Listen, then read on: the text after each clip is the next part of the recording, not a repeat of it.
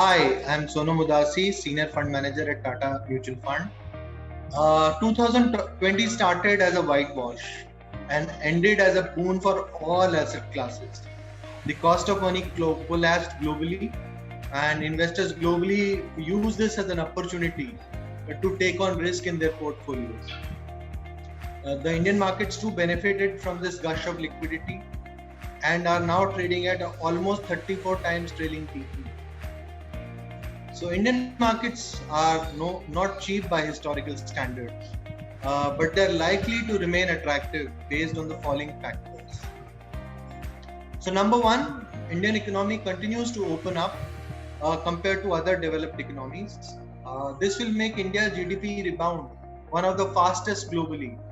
GDP growth is likely to be between 9 to 12% based on forecasts by IMF and other institutions. Number two, global liquidity conditions are likely to remain easy in 2021 based on the statements made by the European Union and the US Federal Reserve.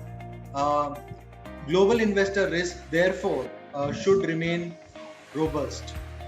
This should benefit India in terms of FIPs. Point number three, which I think is very important, earnings contribution are no longer dependent on consumption or the financial services industry in India.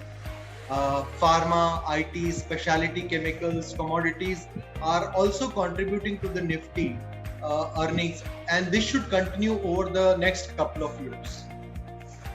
Point number four, the world is pushing for a China plus strategy to reduce supply chain dependence on China. This should allow India to attract FDI in sectors like specialty chemicals, electronics, consumer appliances manufacturing, and also auto-related sectors. Point number five, the Indian IT companies are likely to be the key drivers as the world increasingly becomes more digitized. In 2021, investors can face volatility, but the positives I mentioned are structural and would act as long-term drivers for India's growth. Portfolios managed by me are likely to be overweight on the sectors that I mentioned, benefiting from these tailwinds.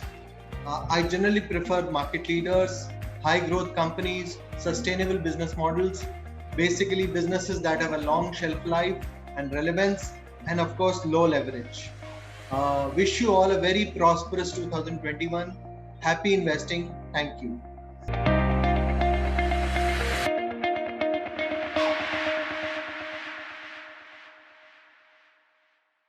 Mutual fund investments are subject to market risks. Read all scheme-related documents carefully.